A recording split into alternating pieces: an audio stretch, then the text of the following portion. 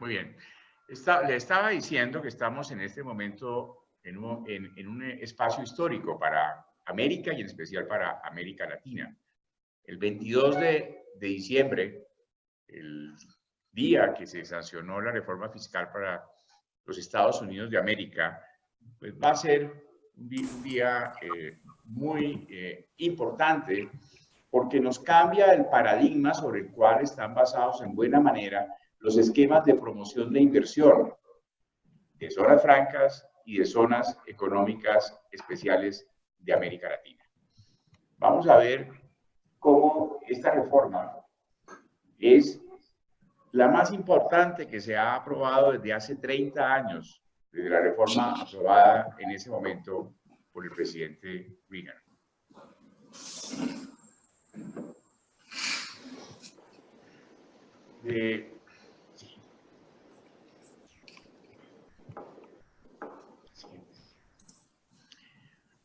En su campaña, el presidente Trump ofreció varias cosas: renegociar acuerdos internacionales, salirse del TPP y someter al Congreso una reforma fiscal para atraer proyectos a los Estados Unidos y atraer utilidades retenidas de corporaciones norteamericanas en el exterior.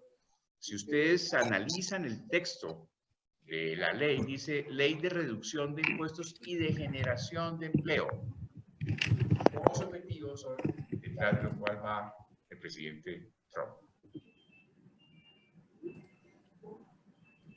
Debemos tener en cuenta que Estados Unidos es el más importante inversionista del mundo. Ocupa el primer lugar con el 20% de la inversión extranjera directa. Es al mismo tiempo el más grande importador del mundo de lejos. Ni siquiera China lo ha podido alcanzar. Ellos tienen adicción importadora y también al mismo tiempo es el mayor socio de la región, de sus zonas francas y de sus zonas económicas especiales. Por eso, esta noticia no puede pasar desapercibida. También debemos tener en cuenta que en buena medida el dinamismo de las zonas francas y de las zonas económicas especiales de América Latina se fundamenta en el diferencial de costos de producción, en el diferencial del impuesto a la renta y el diferencial de los gravámenes arancelarios de importación que Estados Unidos aplica a América Latina frente al sudeste asiático. Sin la combinación de estos tres factores, no podría entenderse el éxito de los parques industriales de las zonas francas y de las zonas económicas especiales de América Latina.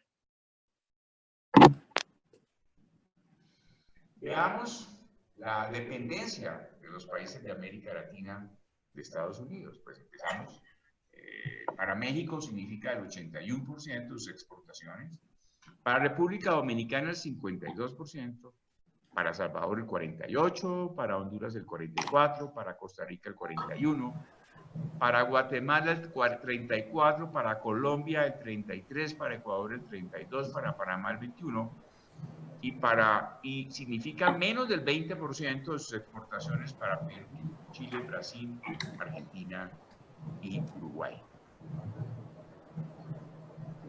Si Estados Unidos llega a renegociar el NAFTA y grava las importaciones asiáticas, las zonas francas y las zonas económicas especiales son sin duda la mejor estrategia para reducir el diferencial equivalente al incremento de impuestos en los Estados Unidos. Lo que queremos es escuchar. Vamos a ver ahorita, por ejemplo, cómo el 22 de enero de esta misma semana, el presidente Trump impone incrementos arancelarios de 30% en paneles solares y del 50% a lavadoras domésticas. Obviamente, estos incrementos a terceros países no pueden afectar a los 11 países de América Latina que tienen tratado de libre comercio con los Estados Unidos. Entonces, ahí se abre una ventana de oportunidad y esto es apenas el comienzo. Dicen que se anuncian nuevas medidas para el sector siderúrgico, para el sector de aluminio y otros casos que próximamente habrá noticias.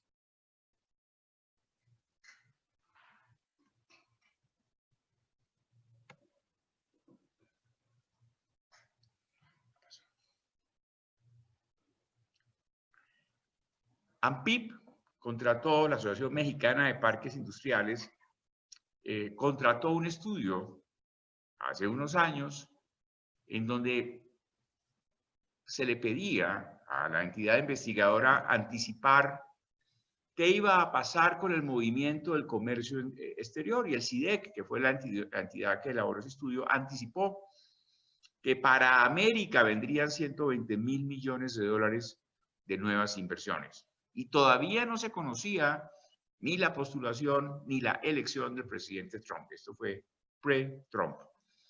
Este mismo estudio analiza de una manera precisa cómo hoy Estados Unidos tiene entre 8 y 9 millones de empleos industriales, pero dice el estudio que solo hay 1 millón de personas que estarían dispuestas a trabajar en el sector industrial con la calificación correspondiente. Además, anticipa que se espera que para el 2026 a Estados Unidos le falten 875.000 trabajadores industriales calificados. Pero al mismo tiempo debe analizarse la circunstancia de que aparentemente es contradictorio reducir impuestos para generar mano de obra, pero al mismo tiempo repatriar una parte muy importante de la mano de obra, en especial latinoamericana, que está en este momento en los Estados Unidos. Entonces va a llegar un momento de escasez de esta mano de obra que se pretende promover en Estados Unidos. Y ahí vemos también una ventana importante de oportunidades para América Latina.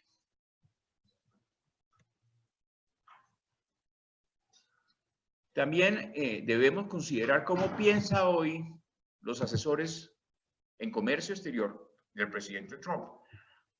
Hay uno muy influyente, profesor de la Universidad de California, el señor Peter Navarro, que tiene la teoría en que los TLC son buenos si ayudan a la balanza comercial de los Estados Unidos, pero que son malos y hay que renegociarlos si tienen déficit comercial con los Estados Unidos. Nos hemos tomado el trabajo de analizar cómo están los principales países de América Latina en balanza comercial con los Estados Unidos y vemos que hay dos: México, con un déficit para Estados Unidos de 67.000 millones de dólares, y Honduras con 40 millones de dólares, que realmente es muy pequeño, pero los demás tienen todo superávit. Desde Salvador con 35 millones hasta Chile con 3.371 millones de dólares.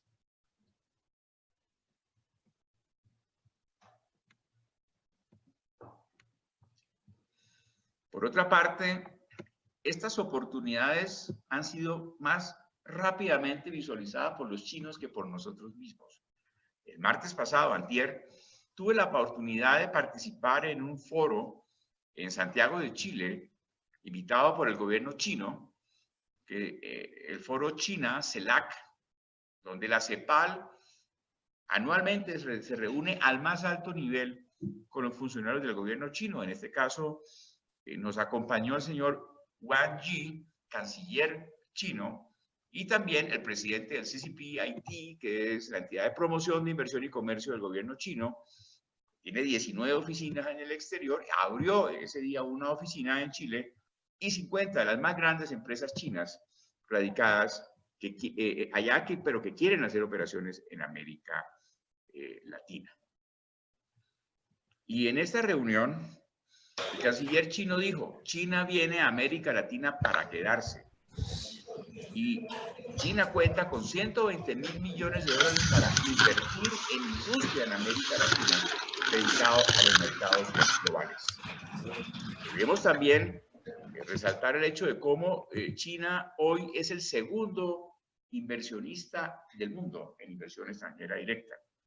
En el 2016 invirtió 186.000 millones de dólares, y detrás de Estados Unidos, que es el 20.6, pero por primera vez en ese año China invirtió mucho más afuera de lo que recibió de inversión extranjera adentro. Es un año de inflexión en la historia de la inversión extranjera en China. Por eso es muy importante observar, porque hoy América Latina apenas participa por el 4% de la inversión extranjera directa de China, y con esta nueva onda, esta inversión puede duplicarse o triplicarse en los próximos años.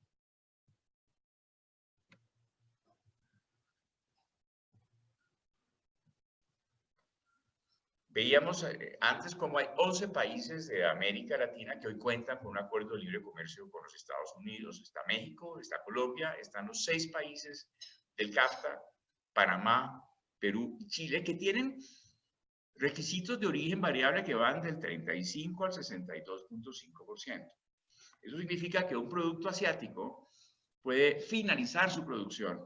Esos paneles solares grabados esta semana, esas lavadoras domésticas grabadas esta mañana con impuestos del 30 y 50% respectivamente, podrían finalizarse en cualquiera de los países latinoamericanos que tengan un acuerdo de libre comercio con los Estados Unidos, y si cumplen entre el 35 y 50%, 62.5% para el sector automotriz, que no es caso ni de las lavadoras ni de los paneles solares, entrarían sin aranceles al mercado norteamericano. Ese es un simple ejemplo de cómo la combinación de acuerdo de libre comercio más el régimen especial de zonas francas y zonas económicas especiales puede ser un binomio ganador.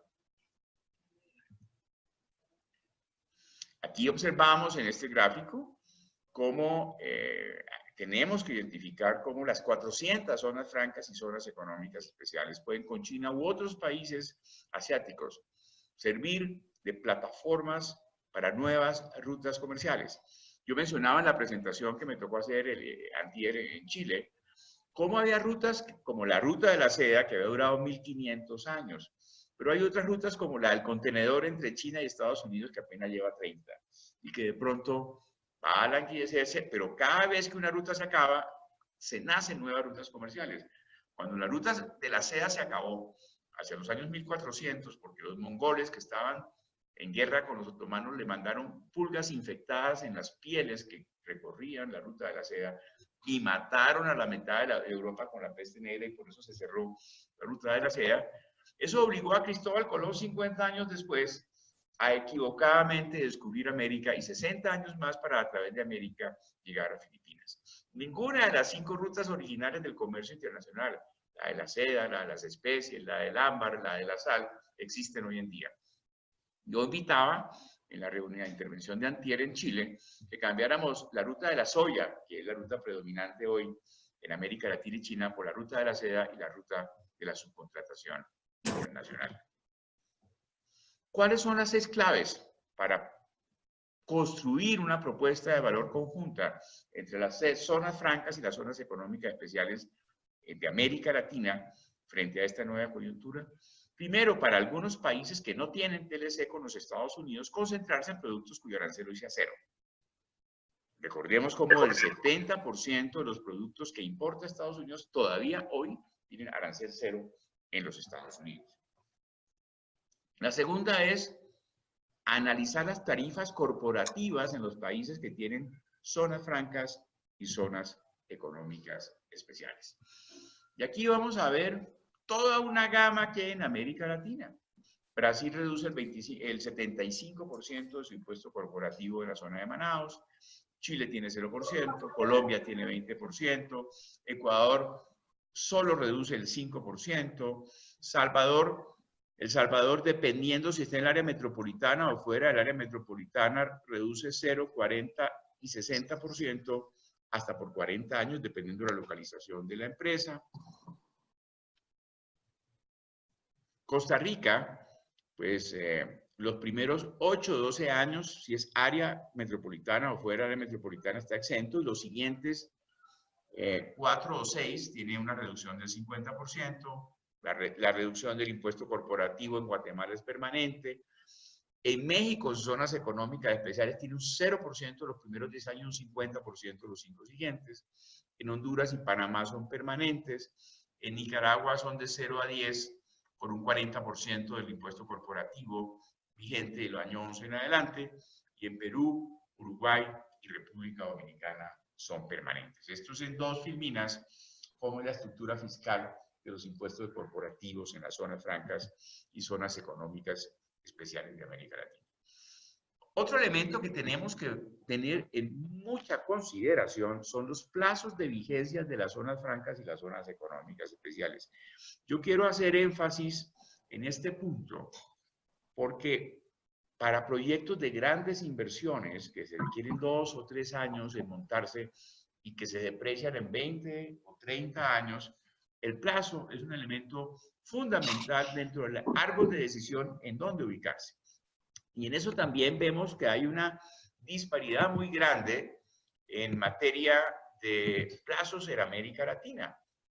Tenemos algunas zonas como las de Colombia, que sus zonas francas más representativas se vencen en el 2023 y es urgente obtener un nuevo plazo para dar una señal de confianza a los inversionistas. Pero Sofi se vence en el 2030 y ya está pidiendo solicitud de ampliación. Uruguay 2040, Zonamérica, por ejemplo, nació desde cero con 50 años de vigencia.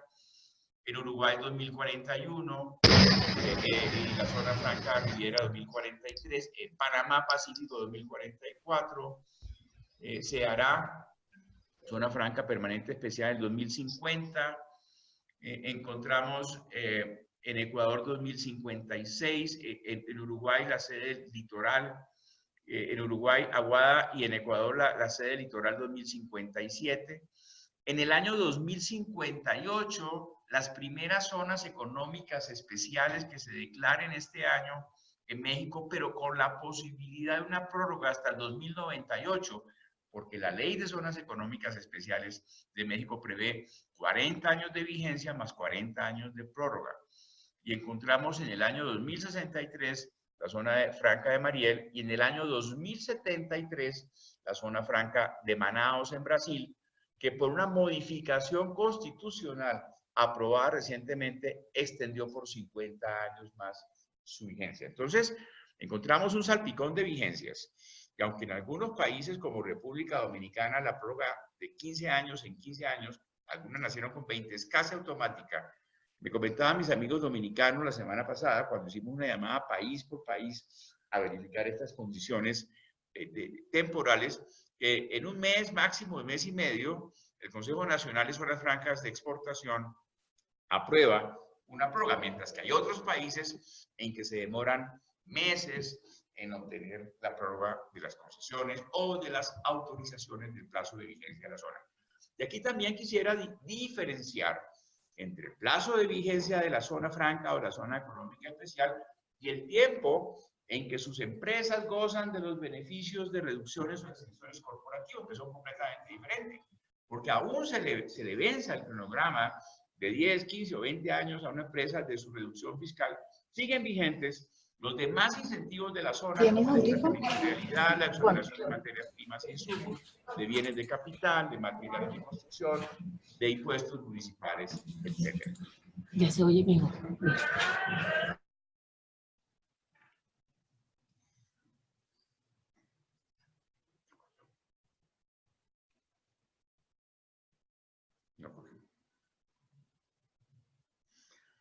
Una cuarta clave son excelencia en la infraestructura de y parques industriales listos. Y en eso yo creo que América Latina está bien. Hay muchas zonas francas y parques industriales ya construidos, ya creados, con importantes instalaciones y con áreas listas para recibir a la inversión extranjera. Y vienen más, unos listos y otros en que van a estar listos próximamente. Quiero también subrayar en el gran esfuerzo que está haciendo el gobierno mexicano en desarrollar unos recursos a la infraestructura de las zonas económicas especiales, algunas de las cuales serán públicas, otras de las cuales serán por iniciativa privada.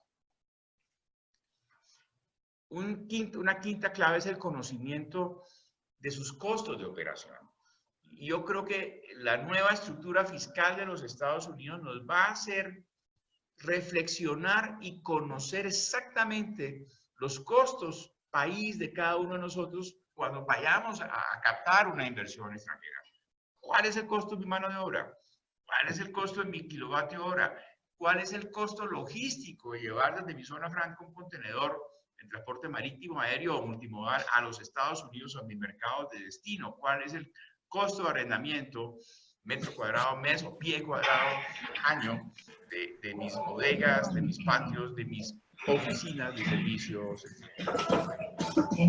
Es que yo lo tengo por Definitivamente la disponibilidad y capacitación de mano de obra, y en eso yo quiero hacer énfasis que esta es una de las mayores ventajas de América Latina frente a Estados Unidos, porque Estados Unidos no va a poder reducir de una manera sensible su costo de mano de obra. Estamos preparando con María Camila una tabla comparativa de los costos de mano de obra de los diferentes países frente a los Estados Unidos por sectores industriales, porque eso sin duda para los afiliados a ADFA va a ser una magnífica herramienta de ventas.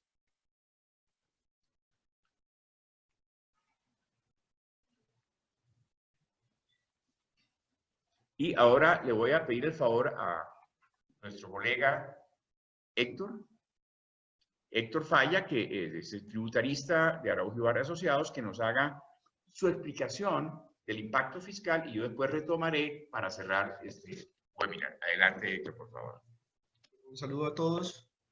Como ya lo había anticipado Martín, el gobierno de Trump propulsó una reforma tributaria tendiente a la reducción de los impuestos corporativos en ese país. Y básicamente lo que está tratando de hacer el gobierno de Estados Unidos es hacer más atractivo a Estados Unidos como una jurisdicción para repatriar las inversiones americanas en el extranjero.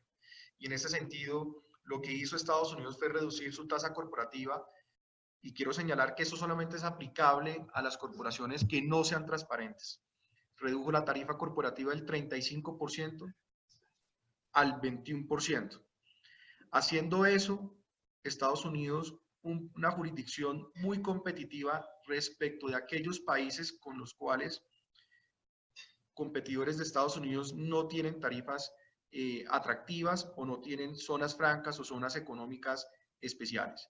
Y lo que queremos hacer en esta tabla es mostrar cómo Estados Unidos está compitiendo con países con los cuales sus colegas comerciales tienen tarifas reducidas. En ese sentido, México como jurisdicción tiene una tasa corporativa por fuera de zona económica especial del 30%, lo cual hace pues México una jurisdicción que quiera atraer inversión a crear las zonas económicas especiales con una tasa corporativa del 0% por cuanto se provee una exención a las compañías que se ubiquen en esas zonas. Colombia, por su parte, tiene una tasa corporativa del 33% por este año, más una sobretasa que aplica en ciertas condiciones, pero que para la promoción de inversiones en Colombia ha previsto pues un régimen de zonas francas con una tasa corporativa del 20%, a la cual se accede previo cumplimiento de ciertos requisitos. China, por su parte, tiene una tasa corporativa que es igualmente aplicable a aquellas compañías que estén en zona económica especial, como las cuales estén por fuera, y una tasa corporativa del 25%. Y pues como ya habíamos advertido previamente, Estados Unidos tenía una tasa corporativa del 35%. Esto lo que hace, por supuesto, es convertir a Estados Unidos en una jurisdicción competidora con otras jurisdicciones. Lo que hizo además la reforma de Estados Unidos fue crear además otros incentivos fiscales, además de la reducción de la tasa corporativa del 35% al 21%, y fue la creación de la deducción plena de inversiones de capital, que más adelante vamos a explicar. Creó también una deducción especial respecto de la obtención de ingresos por la explotación de intangibles en el exterior, y adicionalmente creó una deducción de un 50% respecto a la obtención de ingresos de la explotación de intangibles a través del régimen de entidades controladas en el exterior, que no va a ser uno de los aspectos en los cuales nos vamos a concentrar, pero sin duda va a tener, digamos, un impacto en relación con aquellas otras jurisdicciones que tengan en sus sistemas tributarios regímenes de entidades controladas en el exterior.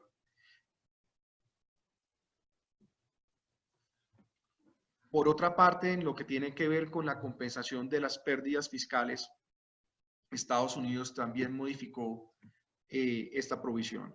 Y lo que hizo fue ya no dejar que las pérdidas fiscales fueran compensables hacia futuro por un término de 20 años y hacia atrás por un término de 2 años por convertir esa compensación de pérdidas fiscales hacia futuro sin un término indefinido. Y esto marca una diferencia respecto a la posibilidad que ofrecen otros países para compensar sus pérdidas fiscales. En ese sentido, nosotros analizamos y estudiamos el tratamiento fiscal de las pérdidas fiscales en otras jurisdicciones y encontramos que en México se permite la compensación de pérdidas fiscales hacia futuro por un término de 10 años. En Colombia, la reciente reforma tributaria cambió el sistema de compensación ilimitado de las pérdidas fiscales por poner un término de 12 años hacia futuro. En China, la compensación de las pérdidas fiscales es hacia futuro limitada en un término de 5 años.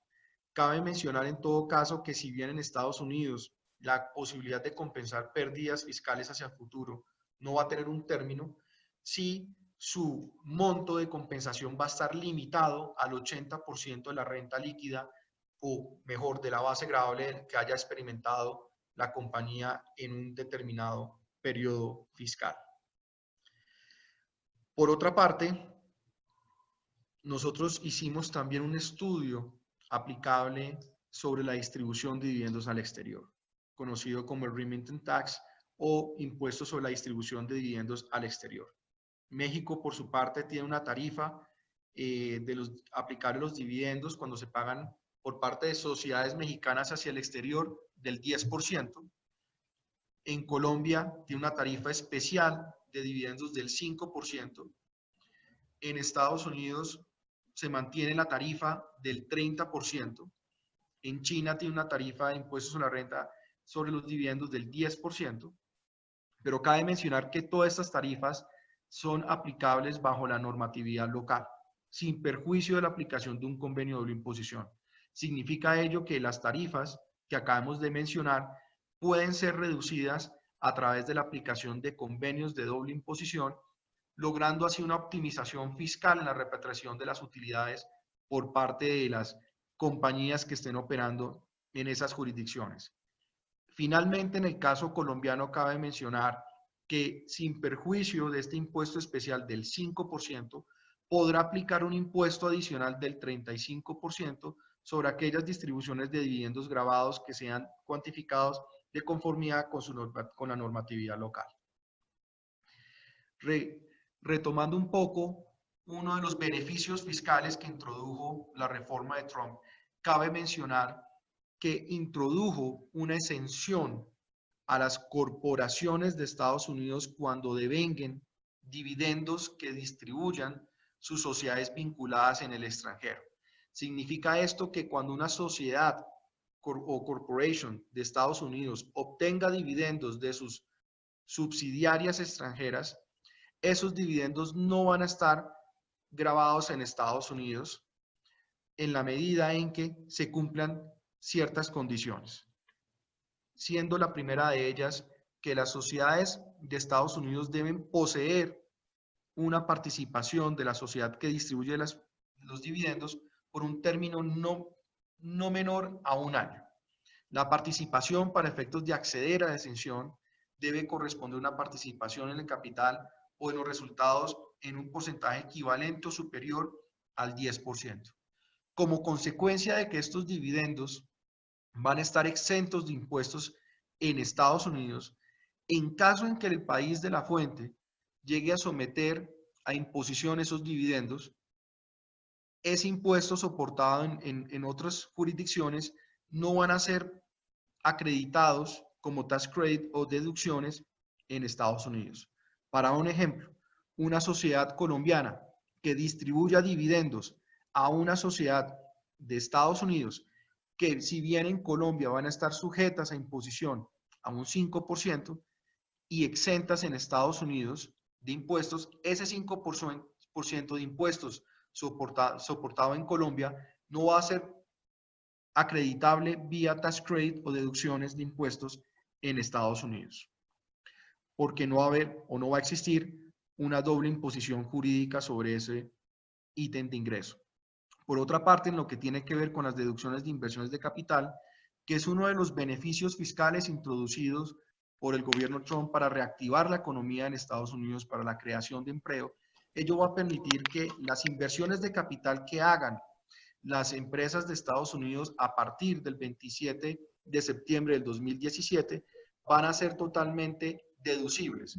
Ahora bien, cabe mencionar que este beneficio solamente aplica para aquellos activos que sean depreciables. Significa esto que ciertos activos como en infraestructura no van a ser deducibles en un 100% en el periodo del 27 de septiembre del 2017 hasta el 31 de diciembre de 2022.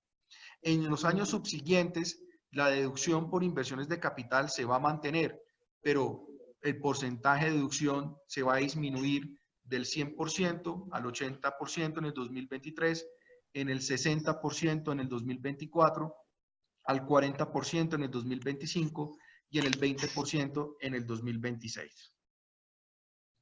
Hemos traído un caso para exponer la aplicación de los beneficios en cuanto a la tarifa corporativa en Estados Unidos como la aplicación de la deducción de inversiones de capital. Hemos tomado un ejemplo en el cual una sociedad de Estados Unidos realiza actividades empresariales en una zona franca de Estados Unidos y tiene como accionistas una compañía que está ubicada en una jurisdicción con la cual Estados Unidos no tiene un convenio de doble imposición, por ejemplo Colombia, mientras que por otra parte tiene accionistas que estén ubicados en jurisdicciones con los cuales Estados Unidos tiene suscrito y en vigor un convenio de doble imposición, por ejemplo China y México. En este ejemplo tenemos que la sociedad de Estados Unidos obtuvo 10 millones de dólares de ingreso, para lo cual incurrió en unos costos y gastos de 6 millones de dólares. Pero a su vez, en ese periodo, la sociedad de Estados Unidos, después del 27 de septiembre del 2017, incurrió en una inversión de capital en activos depreciables por un valor equivalente a 1 millón de dólares. Esto lo que va a arrojar, como ustedes van a ver en la línea 4, es que la compañía de Estados Unidos, para efectos fiscales, obtuvo una utilidad fiscal equivalente a 3 millones de dólares, que aplicada a la tarifa corporativa del 21% va a arrojar un impuesto a pagar en Estados Unidos a nivel de la sociedad de Estados Unidos de 630 mil dólares. Esto significa, por supuesto, que la utilidad comercial después de impuestos va a equivaler a 3.370.000 dólares. Ustedes notarán que la utilidad comercial después de impuestos no va a equivaler a la utilidad fiscal, en razón a que la utilidad comercial no se va a ver afectada por la deducción de inversiones de capital. Asumamos, por ejemplo, que la inversión de capital fue apalancada a través de un crédito obtenido por la sociedad US Corp de bancos o inclusive de sus propios accionistas. Esto va a arrojar que la utilidad comercial va a ser la que va a ser objeto de repartición o distribución por parte de la sociedad de Estados Unidos a sus accionistas. En el evento en que esa utilidad comercial sea distribuida a la sociedad colombiana, se va a aplicar un impuesto a los dividendos en Estados Unidos equivalente al 30%, lo cual va a arrojar un impuesto a pagar al nivel de la sociedad colombiana de 1.011.000 dólares. Es decir, que los dividendos van a ser afectados con esos impuestos y en caja va a recibir la sociedad colombiana 2.359.000 dólares. Esto significa pues que la carga fiscal para la sociedad colombiana, incluyendo el impuesto pagado por la sociedad de Estados Unidos, va a arrojar un total de 1.641.000 dólares. Mientras que esa carga fiscal total que soportó la sociedad colombiana, si fuera una sociedad mexicana, una sociedad china, la carga fiscal se va a disminuir sustancialmente. Y se va a disminuir sustancialmente es por virtud del convenio de doble imposición que tiene Estados Unidos suscrito y en vigor con México y China. Ustedes observarán que en el caso de México, la tarifa del impuesto sobre la renta aplicable a los dividendos se disminuirá al 5% o al 10%. Al 5% se disminuirá cuando la sociedad mexicana tenga una participación igual o superior al 10% en la sociedad de Estados Unidos y en los demás casos, al igual que en el caso chino, será del 10%.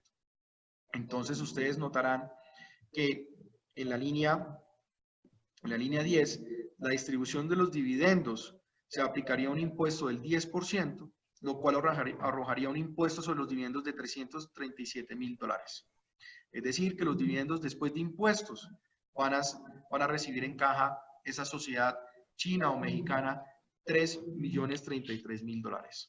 Es decir, unos dividendos en caja sustancialmente superiores a los que recibió la sociedad colombiana. Esto lo que indica es que además de tener, o Estados Unidos, de tener un régimen atractivo, lo que lo hace Estados Unidos una jurisdicción más atractiva es tener una red importante de convenios de doble imposición que no solamente aseguran la promoción de las inversiones, sino también buscan garantizar la provisión de seguridad jurídica en cuanto a los cambios que afecten no solamente las tasas impositivas, sino el interés para invertir de los extranjeros en el país de la fuente. Teniendo en contraste, hemos utilizado del ejemplo de Estados Unidos, el ejemplo mexicano en cuanto a la aplicación de la zona económica especial, como un foco de promoción de inversiones en México. En el mismo ejemplo y con los mismos números tenemos a México con accionistas en Colombia, con accionistas en Estados Unidos y con accionistas en China. Con estos tres países, México tiene convenios de doble imposición, lo que hace que la repatriación de las utilidades no solamente gocen de una garantía en términos de seguridad jurídica frente a los cambios que se puedan implementar en el sistema tributario, sino que eso lo que va a hacer es convertir a México en una jurisdicción para la promoción de inversión. Dicho esto, si la sociedad mexicana obtiene ingresos por $10 millones y experimenta unos costos y gastos para la obtención de esos ingresos de $6 millones, pero a su vez incurre en una inversión de capital equivalente a la inversión de capital a las que son beneficiadas en Estados Unidos, esa inversión no va a ser deducible en el impuesto sobre la renta mexicana. No obstante, las inversiones de capital en activos depreciables pues gozarán de una deducción según la vida útil de conformidad con el régimen tributario mexicano. Luego, la utilidad fiscal, a diferencia de la utilidad fiscal en Estados Unidos, en este caso va a ser de 4 millones y no de 3, pero en todo caso, esa utilidad fiscal va a gozar de una exención del impuesto corporativo en México, razón por la cual esa utilidad fiscal no va a ser afectada con impuestos en Estados Unidos, lo que en últimas va a representar en una mayor porción de utilidad comercial susceptible de ser distribuida de dividendos. Es decir, que la utilidad fiscal de 4 millones de dólares coincidirá en este ejemplo con la utilidad comercial de 4 millones de dólares.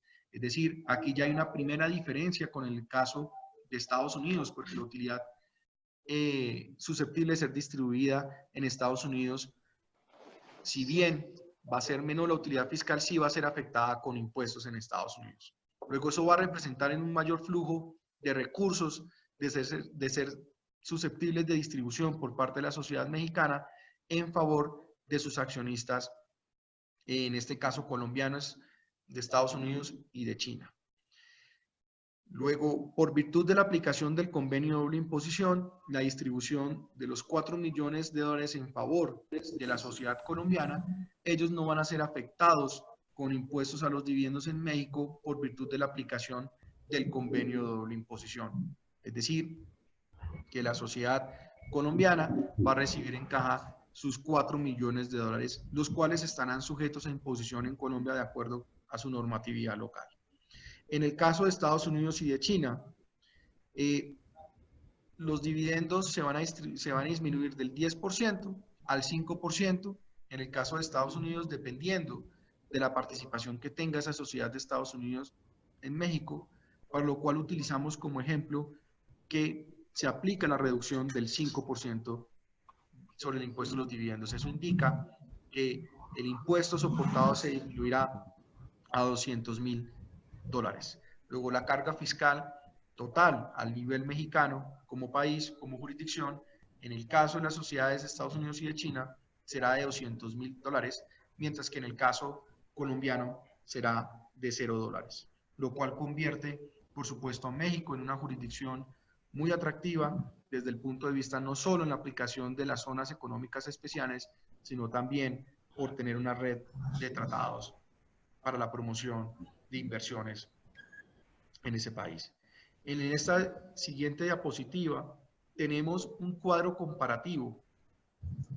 Además de la utilización, como ustedes verán ya a México y a Estados Unidos, después de la reforma de Trump, como ya se aplicó, cómo estas jurisdicciones operan entre sí con los mismos ejemplos, haciendo a México, y en la diapositiva subsiguiente, como lo vamos a ver, a México, Costa Rica y República Dominicana como las jurisdicciones más atractivas para la promoción de inversiones. No obstante, hay que mencionar y destacar que México es una jurisdicción que es interesante por su red de tratados. Colombia, con la aplicación de la zona franca, se ubicaría como la tercera jurisdicción más atractiva después de Estados Unidos con la reforma tributaria de Trump. Esto indica que los países sin la aplicación de las zonas económicas especiales y sin la aplicación de las zonas francas, es decir, compañías operando por fuera de estas zonas frente a Estados Unidos, se ponen en una posición desfavorable, porque Estados Unidos, por supuesto, con la reducción de la tasa corporativa y la creación de deducciones especiales, no solamente en las inversiones de capital, sino también en las deducciones por la explotación de intangibles en el exterior, ubican a Estados Unidos como la segunda jurisdicción más interesante para la realización de inversiones. Por supuesto, China se mantiene en el cuarto lugar, pero Estados Unidos, antes de la reforma tributaria, como ustedes verán en el ejemplo, era una jurisdicción que no era tan amigable con las inversiones extranjeras, que es precisamente lo que busca implementar el gobierno de Trump. En este ejemplo, ustedes verán que la aplicación de los mismos ejemplos bajo la aplicación de las zonas económicas especiales y zonas francas en Costa Rica y en República Dominicana, pues verán un impuesto corporativo exento y distribución de dividendos por parte de compañías operando en esos países al exterior de exención también. En esta diapositiva, pretendemos ilustrar cómo México y Colombia, en compañías que desarrollan sus actividades por fuera de zonas económicas especiales y de zonas francas, hace que estas jurisdicciones frente a Estados Unidos no sean jurisdicciones atractivas para la promoción de inversiones en este país. Ello debido a la alta tasa corporativa del 30% en el caso mexicano, del 33% en el caso colombiano, que por supuesto están por fuera del promedio de la tasa corporativa de los países miembros de la OCDE, que se aproxima al 24,80%. Esto sin perjuicio de los impuestos que se aplican sobre las distribuciones de dividendos al exterior, los cuales, como ya hemos comentado, son susceptibles de ser disminuidas con ocasión de la aplicación de convenios de doble imposición. Y esto lo que llama la atención es, para México y para Colombia, de aquellos países que tienen sus sistemas tributarios por fuera de la aplicación de zonas económicas especiales y del régimen franco, es un llamado a la reflexión a crear incentivos fiscales y el fortalecimiento de estos regímenes para la atracción de inversión y la creación de empleo.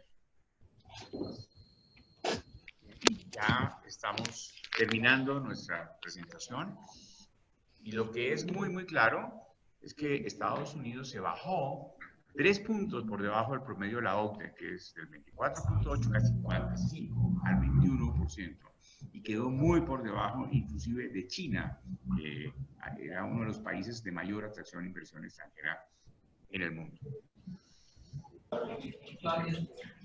¿Qué conclusiones tenemos? Primero es, Latinoamérica sigue siendo muy competitivo si tenemos zonas francas y tenemos zonas económicas especiales, en especial en las siguientes áreas.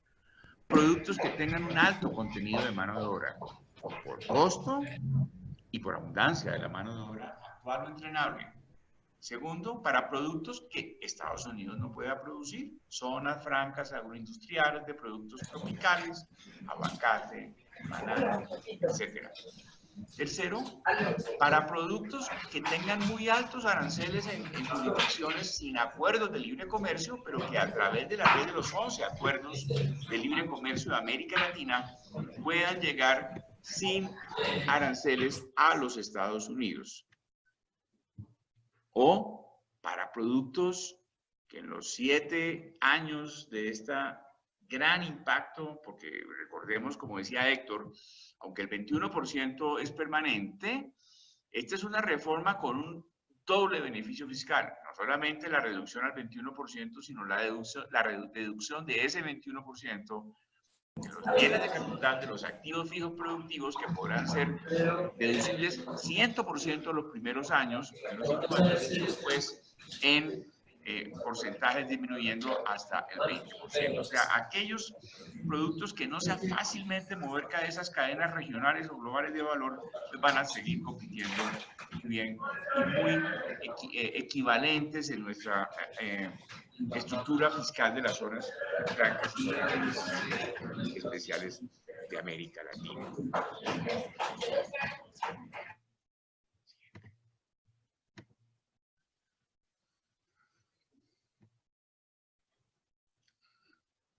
¿Qué debe hacer América Latina? Primero, proponer a través de ASFA, el BID y la Asociación de Cámaras Americanas de América Latina, que es una red muy potente, la promoción del concepto del Western Hemisphere Product, el producto del hemisferio occidental, donde materias primas norteamericanas sean finalizadas por mano de obra latinoamericana o viceversa, que materia prima latinoamericana sea finalizada en los Estados Unidos para crear productos más integrados, más económicos y más competitivos respecto a otras partes del mundo. Esta no es una idea mía, es una idea de la US Chamber of Commerce, que hizo un magnífico documento sobre ideas proactivas en la renegociación de los acuerdos comerciales de los Estados Unidos. La segunda estrategia es invitar a los países del sudeste asiático a finalizar sus productos en cualquiera de las 400 zonas francas o zonas económicas especiales de América Latina.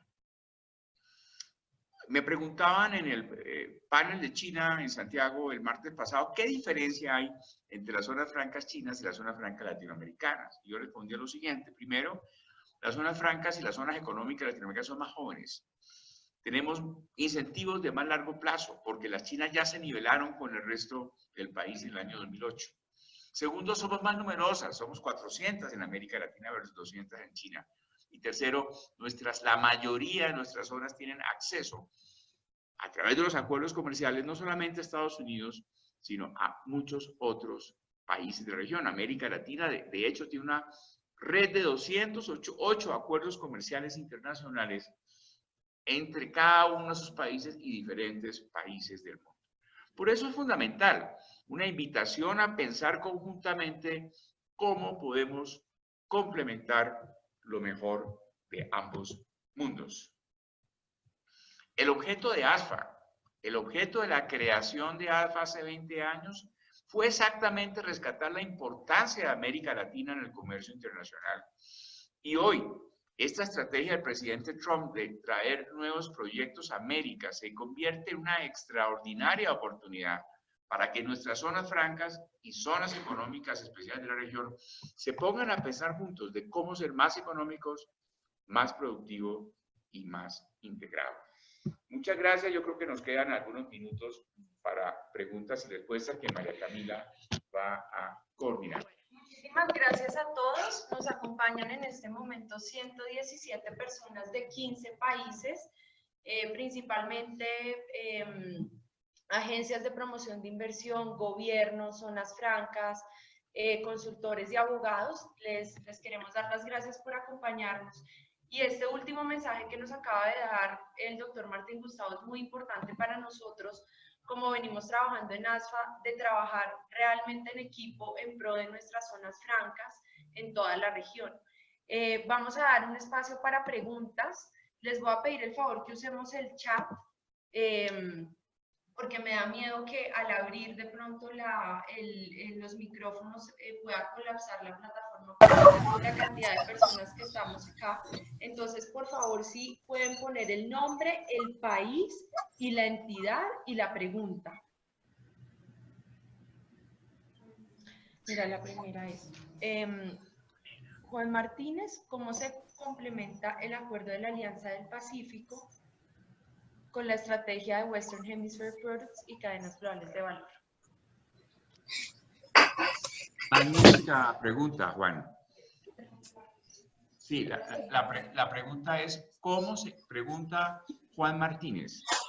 ¿Cómo se complementa el acuerdo de la Alianza del Pacífico con la estrategia del Western Hemisphere Product y las cadenas globales de valor? Pues es una magnífica pregunta. Pues, ¿qué es la Alianza del Pacífico?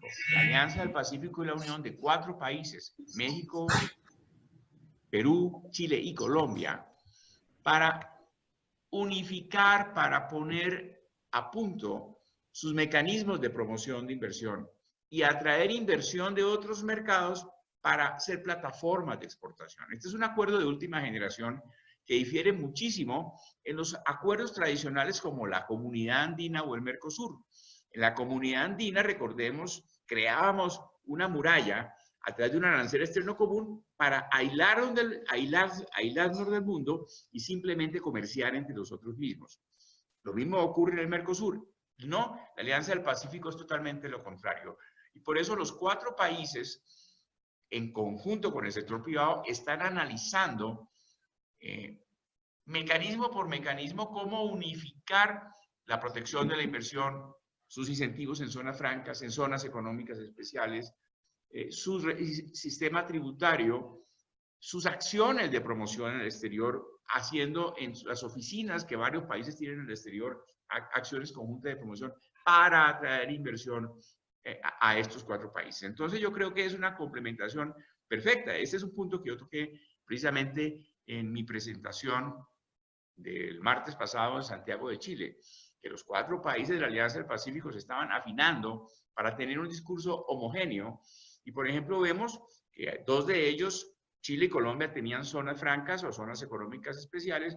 Perú la está mejorando, acaba de presentar una ley y está preparando probablemente otra ley para extenderlas a algunas partes del resto del territorio peruano. Y México ya acaba de lanzar su nueva ley y su reglamentación de las zonas económicas especiales y estamos precisamente trabajando a través del Consejo Empresarial de la Alianza del Pacífico en la unificación y simplificación de los mecanismos de comercio exterior.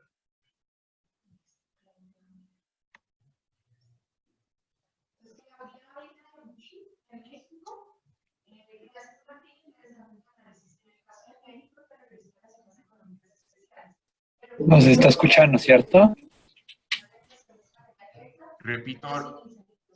Repito la pregunta de Claudia, directora de AMPIP, gran amiga, pregunta, interesante tu análisis. En el caso de México, te referiste a las zonas económicas especiales, pero ¿qué hay en el resto del país donde se concentra la inversión extranjera directa hoy, pero que no hay incentivos fiscales? Bueno, esta es una muy buena pregunta. A ver, nos toca analizar, como lo ha hecho Héctor, es cómo quedó el resto de México con la estructura fiscal actual cuando hay una desgravación, doble desgravación importantísima en los Estados Unidos.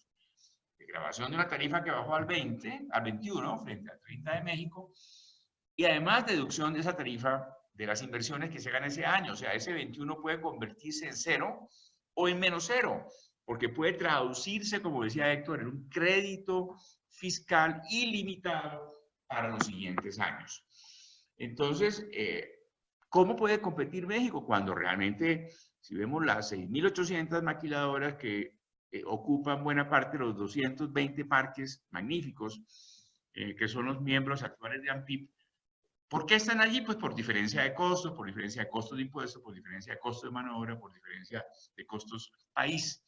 Entonces, esta es una gran oportunidad para que los afiliados AMPIP, en conjunto con el gobierno y con el nuevo gobierno que va a cambiar este año, analicen y seguramente van a tener que redefinir exenciones municipales, van a tener que simplificar el IMEX, en donde de las visitas que hemos hecho a México hemos observado que hay muchos puntos de progreso, en donde la Asociación de Maquiladores tiene ideas creativas de volver más sencillo y más eficiente el mecanismo, y de pronto también de revisar la tarifa de impuestos de renta. Mire, yo observé en el sudeste asiático que muchos de los países vecinos a la China modificaban sus tarifas de renta a la medida en que China iba modelando la suya.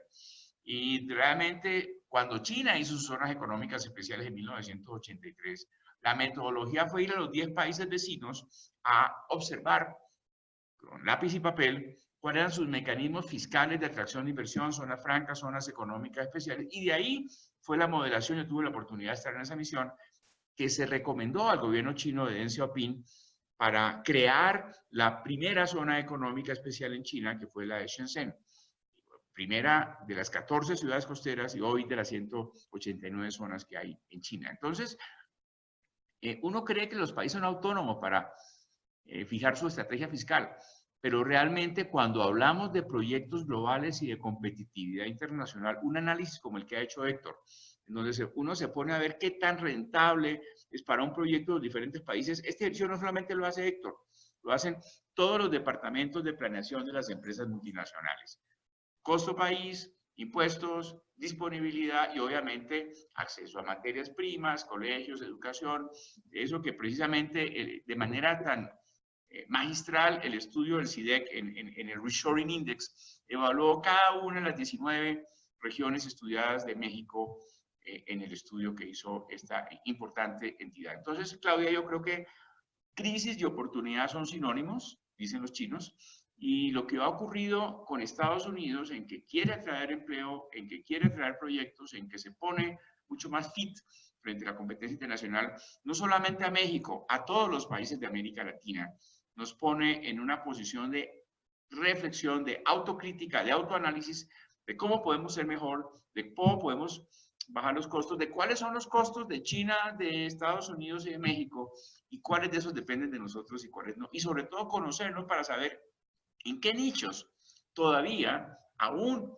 después de la reforma del presidente Trump, podemos ser competitivos. Y en eso México le da una gran lección a América Latina. Es el país que más exportaciones manufactureras tiene. Una buena parte de los 400.000 millones de dólares que exporta México son exportaciones de valor agregado y es el país de América más encadenado a las cadenas globales y regionales de valor.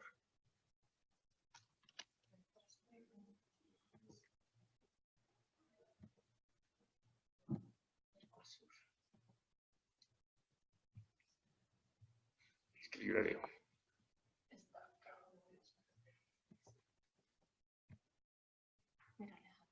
Alejandro Osa de Invest Pacific pregunta, a través de las acciones recientes de proteccionismo por parte de la administración Trump, ¿en dónde se anticipa una guerra comercial con relaciones de los gobiernos de China y Corea y qué podemos esperar para América Latina? Bueno, a ver, si desciframos cómo piensa la trilogía del equipo asesor del presidente Trump en materia de comercio, el director de USTR,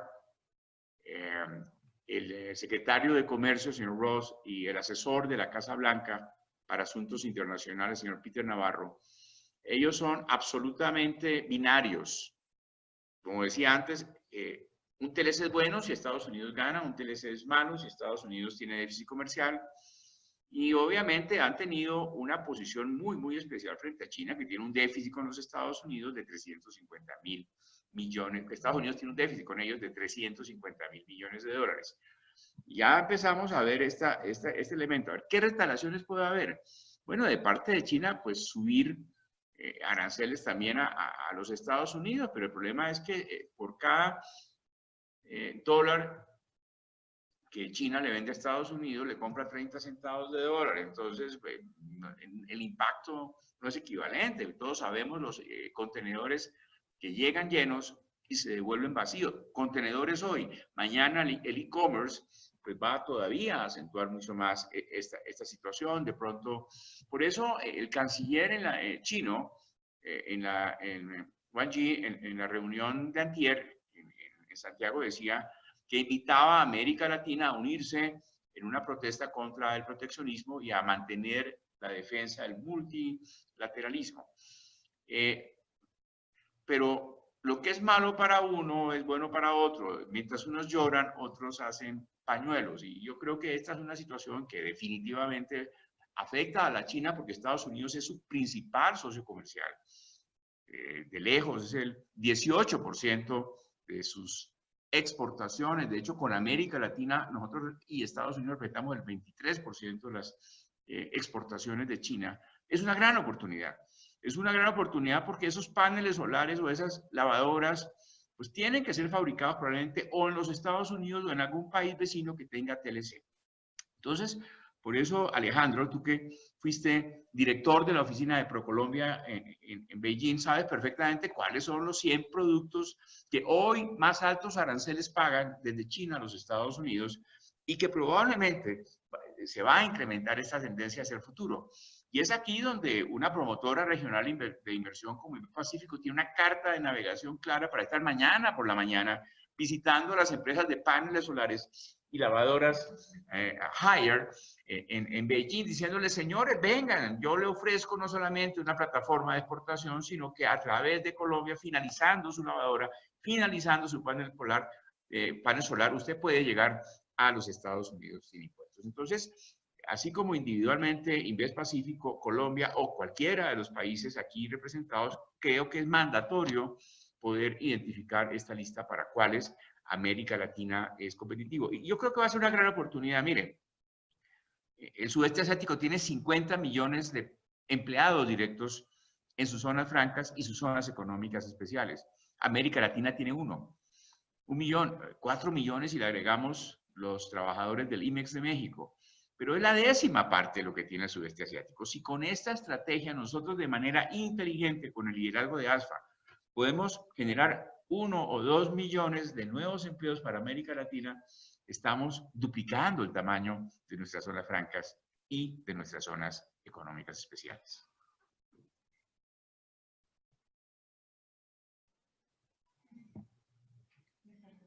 Ricardo Triana tiene la siguiente pregunta. Ricardo es el presidente de la Asociación de Empresas Norteamericanas en Colombia.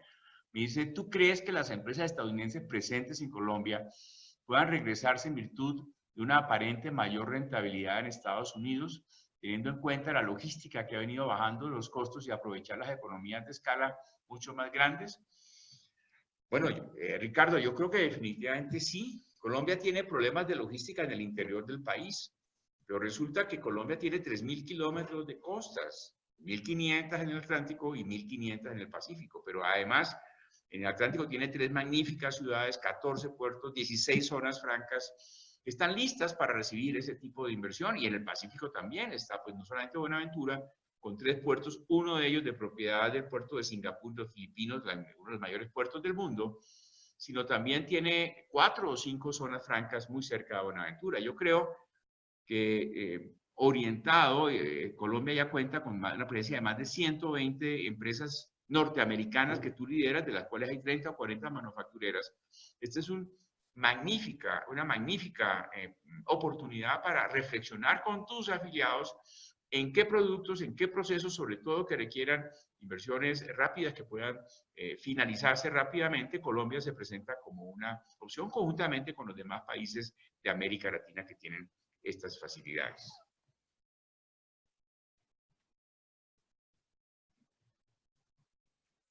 Doctor José Tomás pregunta, ¿la situación crea la necesidad y el mejor momento para relanzar las zonas francas de Latinoamérica? Afectar regímenes francos sería un contrasentido. De acuerdo. Yo creo que la reforma de Trump convierte a las zonas francas y a las zonas económicas especiales en indispensables. Quedó clarísimo, de manera incontrovertible en la presentación de Héctor, como una es la situación de América Latina sin zonas francas y zonas económicas especiales, y otra con zonas francas y zonas económicas especiales. Es más, yo creo que muchos países van a ver cómo extienden ese mecanismo a otras regiones del país, o de cómo simplifican sus aprobaciones, sus prórrogas, el posicionamiento político que las propias zonas tienen en su país. Hay países en donde las zonas son instrumentos de competitividad nacional. Hay otros en que las zonas francas son mecanismos de segunda categoría. Pero esta oportunidad Es como las armas, lo importante de las armas es no usarlas, pero a veces se requieren. Entonces, en este caso, las zonas francas y las zonas económicas especiales de América Latina son las armas secretas que tenemos para mantener y sobre todo rescatar la posición que América Latina debería tener en el comercio internacional. Nosotros somos el 8% de América Latina de la población mundial y tan solo hacemos el 5.6% del comercio global. Esta es la fantástica oportunidad que tenemos de rescatar, de nivelar mínimo a la participación que nos debería corresponder simplemente como pareto porcentual de nuestra población.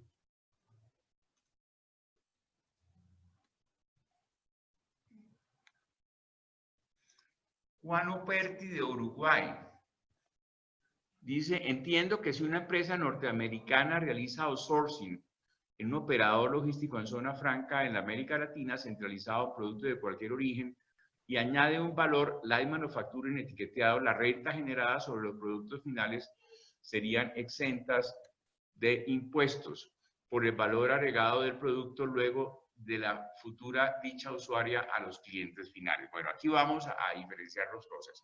Vamos a diferenciar que algunas zonas francas de América Latina tienen exoneraciones temporales o indefinidas de impuestos sobre la renta por las actividades de producción o por las actividades de servicios que allí realicen. Entonces, obviamente, si hay una actividad de ensamble, de reempaque o de producción, pues, y cumple con su objeto social en la zona franca, estaría exenta de ese impuesto de renta. Otra cosa diferente es si ese producto califica o no como origen para el mercado final, que sería ya quizás la segunda parte de la pregunta de Juan. Y eso depende del país y de los requisitos de origen. Si un país tiene homologados sus zonas francas en los acuerdos internacionales y además cumple el origen, ese producto proveniente de una zona franca latinoamericana entrará a este destino final con cero arancel. Ese es el caso, por ejemplo, de República Dominicana o de Costa Rica o de Colombia, porque tanto en el CAFTA como en el TLC, Colombia y Estados Unidos se homologaron las zonas francas para materia de origen. Otra situación son los países en que no contemplan las zonas francas para efectos de origen. Yo creo que aquí hay una gran oportunidad para reflexionar en modificar esos acuerdos comerciales. Los acuerdos no están grabados en piedra y una oportunidad como esta es fantástica para que aquellos acuerdos que excluyen las zonas francas de sus beneficios puedan ser incluidos siempre y cuando obviamente se cumplan los requisitos de contenido regional, de salto de partida o de normas de origen en ellos negociados.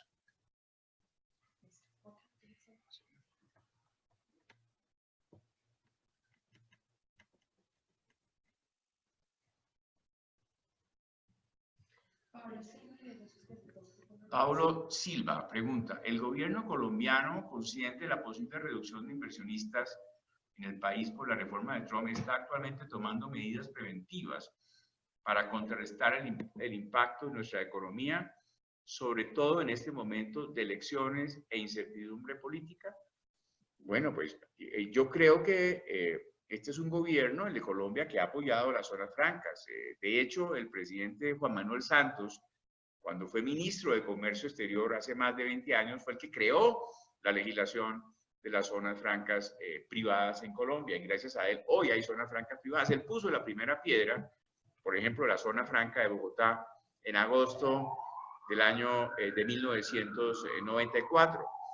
Y en este momento, pues, la ministra de Comercio Exterior, María Lorena Mejía, María Lorena, que es una persona muy cercana al gobierno, fue superministra, está muy atenta a los desarrollos que se están dando en materia de las zonas francas que están en este momento bajo su control. Yo soy optimista del apoyo que no solamente el gobierno colombiano, sino las entidades a él adscritas, como el caso de ProColombia, que ha sido supremamente activa en la promoción de las zonas francas colombianas en el exterior. De hecho, la ayuda de ProColombia en la organización desde la tercera cumbre mundial de zonas francas en Cartagena fue muy activa y definitiva.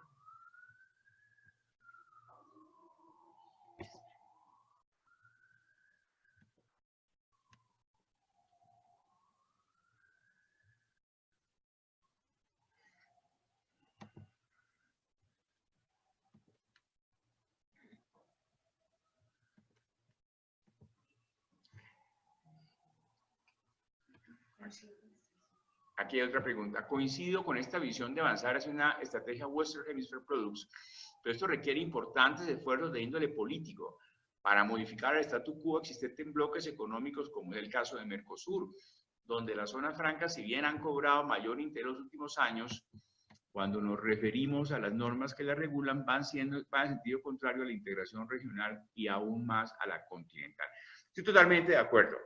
Estoy totalmente de acuerdo. En el caso del Mercosur, salvo Manaos y Tierra del Fuego, que tienen legislaciones inclusivas en materia de acuerdos comerciales, las demás zonas francas tienen limitaciones serias en materia de tener origen o incentivos en sus zonas francas. De hecho, por ejemplo, Argentina es uno de los países que más puede dar con el nuevo gobierno del presidente Macri, que es un gobierno pro-business, a través de este incentivo. El gobierno ha contratado una firma local, un think tank de una altísima reputación, un estudio sobre qué hacer con las zonas francas argentinas. Y estoy seguro que esto va a requerir las modificaciones de algunas normas del Mercosur, como la resolución 8, y la propia ley argentina, que es una ley anterior a la OMC. O sea, es una ley que tiene más de 20 años. Cuando se aprobó la ley faltaban 6 meses para que la OMC saliera en el contexto internacional, y obviamente es como tener hoy en día un computador o un teléfono celular de hace más de 20 años. Hoy el mundo ha cambiado muchísimo, mientras la mayoría de sus amigos y hermanos latinoamericanos han modificado o están modificando de una manera ágil sus legislaciones. Yo creo que el Mercosur, cuando cambie un poco su estrategia, no solamente de comerciar entre sí, sino de ser plataforma para el mundo, las zonas francas van a ser un pilar definitivo. Ahorita en diciembre fui invitado por mis amigos argentinos y tuve la oportunidad de reunirme con el secretario de Economía y con otros altísimos dirigentes, con el ministro de Producción de la provincia de Buenos Aires, visitar zonas francas y algunos operadores y responsables de las zonas francas en Argentina, y soy testigo de primera mano del gran dinamismo que ve el gobierno en estudiar con cuidado cuál es el potencial de este instrumento en la nueva Argentina. Agradecemos enormemente al doctor Martín Gustavo y a Héctor. Realmente tuvimos una convocatoria muy alta y esto muestra realmente el interés y la unión que tenemos en este momento en las zonas francas de América Latina. Les vamos a hacer llegar la presentación. Este webinar también se está grabando, entonces les enviaremos la grabación del webinar para aquellos pues, que quieran consultar o que quieran compartir con su equipo de trabajo.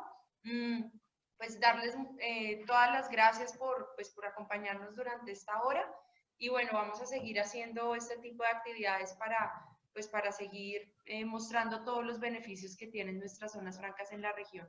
Entonces, muchísimas gracias a todos.